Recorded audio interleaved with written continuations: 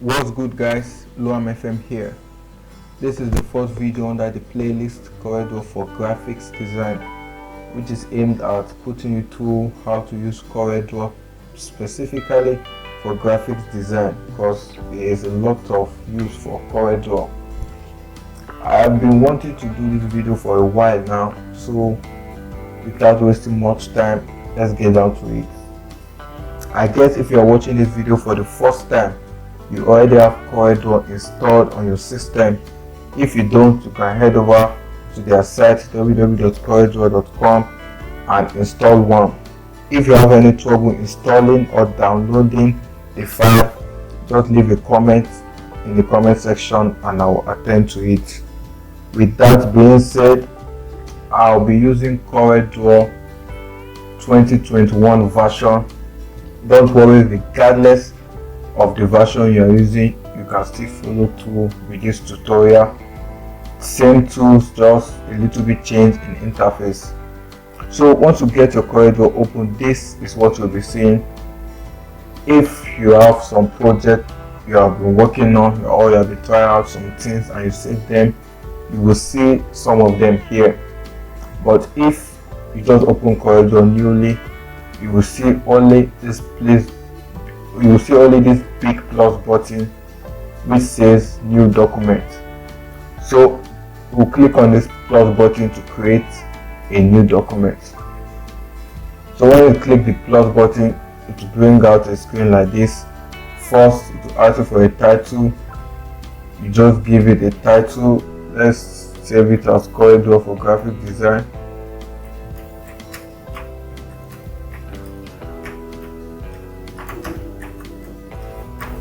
Okay, after the title, we have the preset. Now it's on custom, which means we can choose some settings here. If there's already a preset file, you can use this default RGB, default CMYK, which is already set by CorelDraw, but we will leave it as custom because we like to customize some things ourselves. So we have the number of pages. That is the number of pages you want in the document. You can put 2, 3, whichever one you want. Don't worry, most of these changes you can do once the file is created. So you can see the page view, that is, you want to view the pages individually or you want them overlapped on each other, which is this second one. So we will leave them individually. Then we see the primary color is CMYK and RGB. Okay, so CMYK is a color mode for printing purposes. So if you are making design that you know you will print, your color mode should be left at CMYK.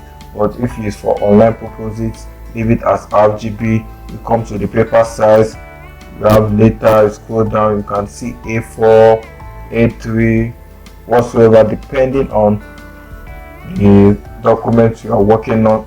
So we'll just leave it as later. You can also adjust the width, adjust the height. This is the measurement parameter. You are using inches, you can use pixels, points, feet, whatsoever. So we'll leave it as inches. Then we come over to the orientation. We have the vertical or the portrait, and we also have the horizontal or the landscape. So let's use landscape. Then you see the resolution as well. We'll leave it at 300, which is the highest resolution for better quality. So once you're done with all the settings, you hit OK. I like to leave this box here unchecked so that I can set it whenever I'm creating a new document again. So I'll just hit on OK.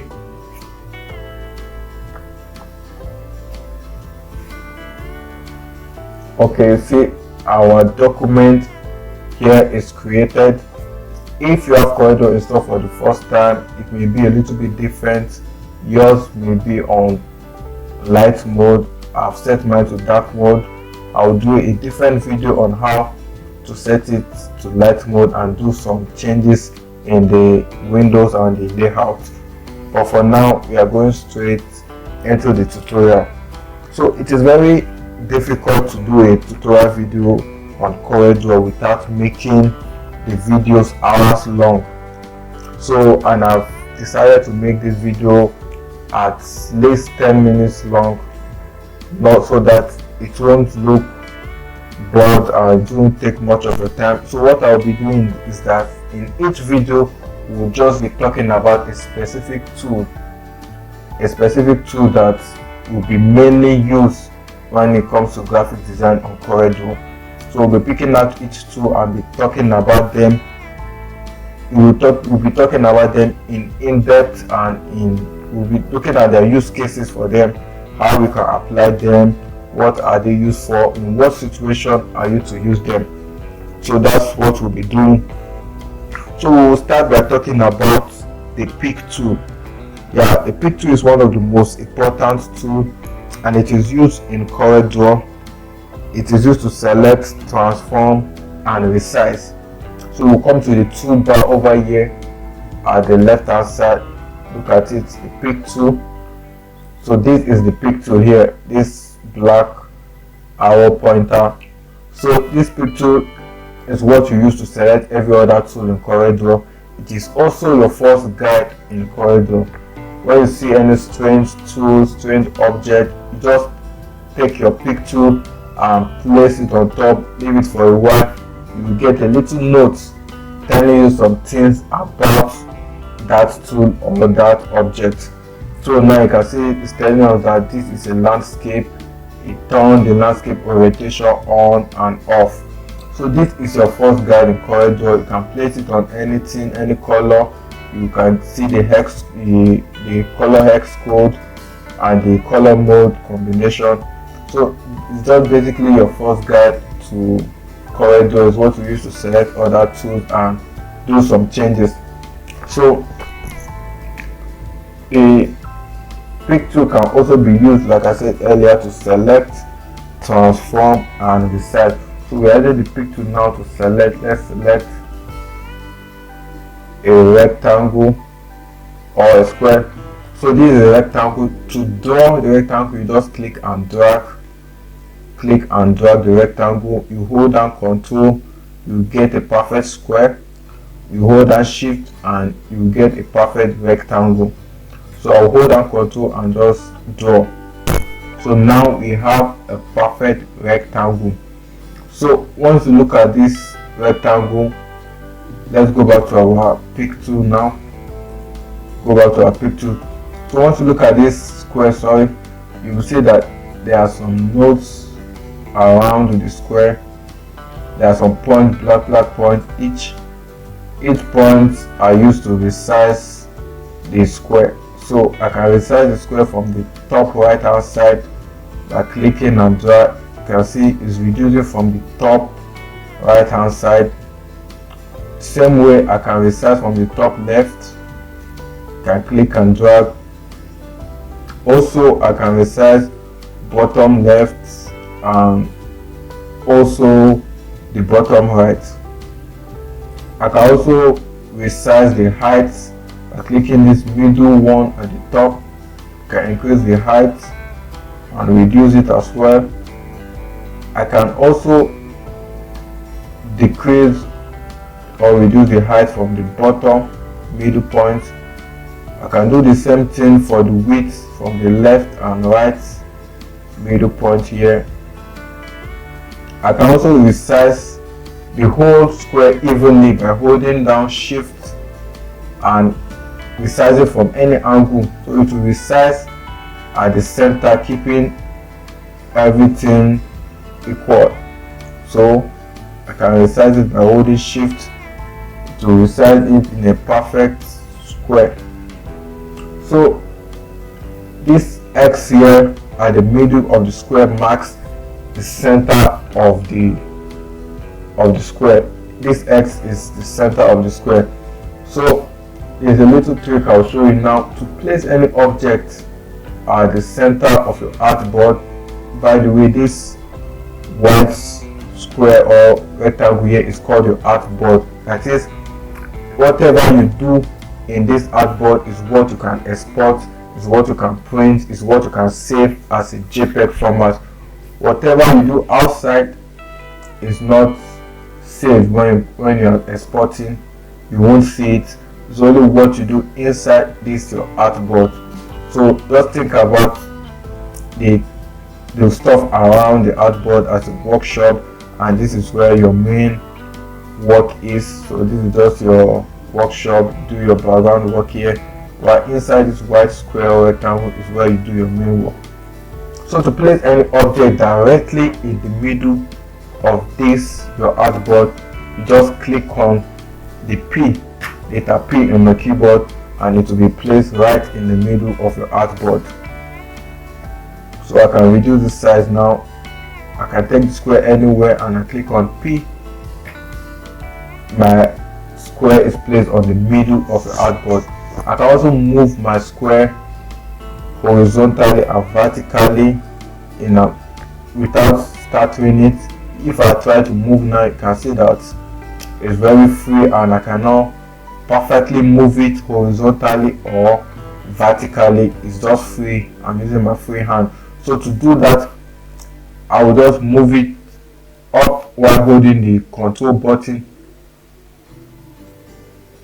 So you can see while holding the control button, you can see when I try to move around, it keeps it in the vertical axis, so I can't move except I'm moving vertically up or down. The same way you can do for the horizontal.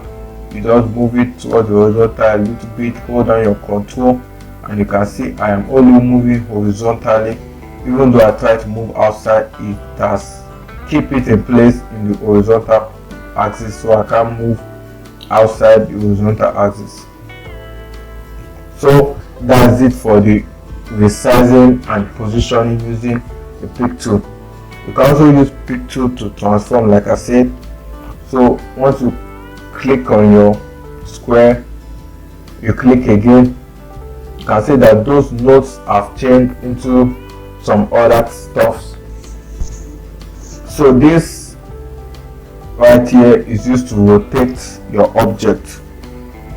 So you can click here to just select, rotate it in whatever certain degree you want. You can also set the degree of rotation from here. I can hit 180 and hit center. It will rotate my object in 180 direction.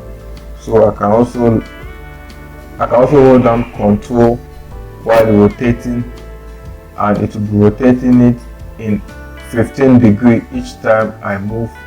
So each time I move, it will be adding 15 degrees to the rotation while holding the control button. So I can also rotate from the top, from the bottom left. I can rotate from the top right. I can rotate basically from every angle, and I can also set a rotating angle. I can rotate in 90 degrees. Just click on center, it will rotate in 90 degrees. So that is for the rotation. Then you can skew your shape by using this double-headed triangle here in the middle. You can use to squeeze. You can skew your object to the left. You can skew it to the right. You can skew horizontally or vertically. Also, you can skew horizontally or vertically from the right hand side. You can also skew from the bottom. You can use the control button to redo what you have just done. You can also come here to undo and redo. So your Ctrl Z, you can use the Ctrl Z to go back, that is to undo, and to redo, you can click here. So that's one button you'll be using more often. Ctrl Z to go back and come back to your work.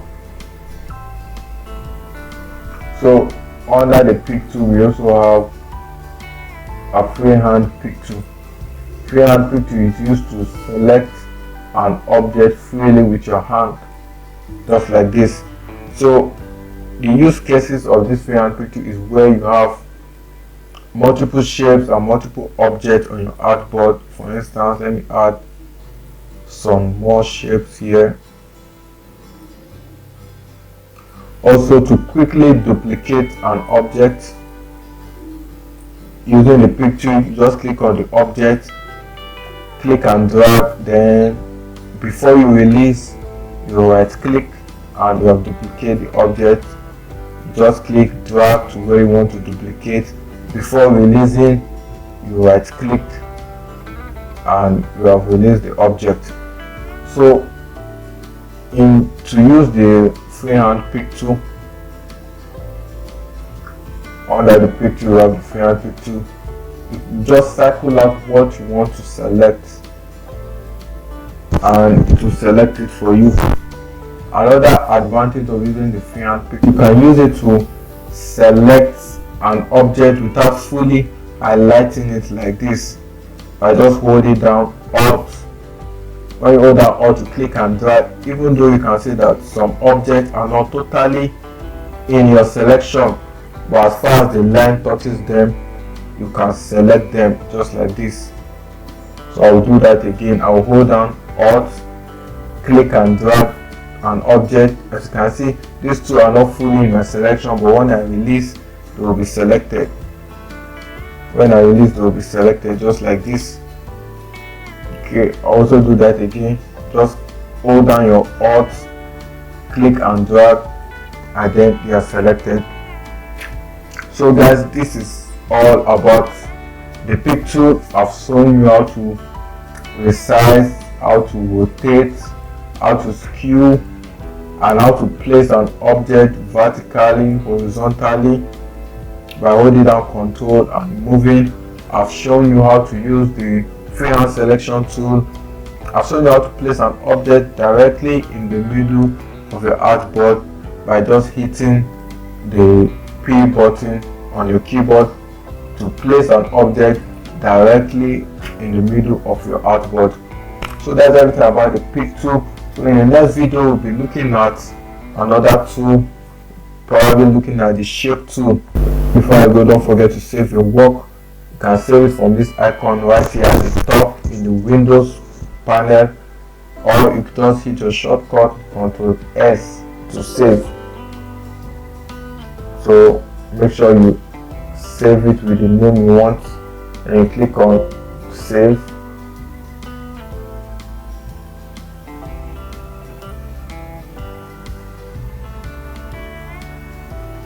Alright,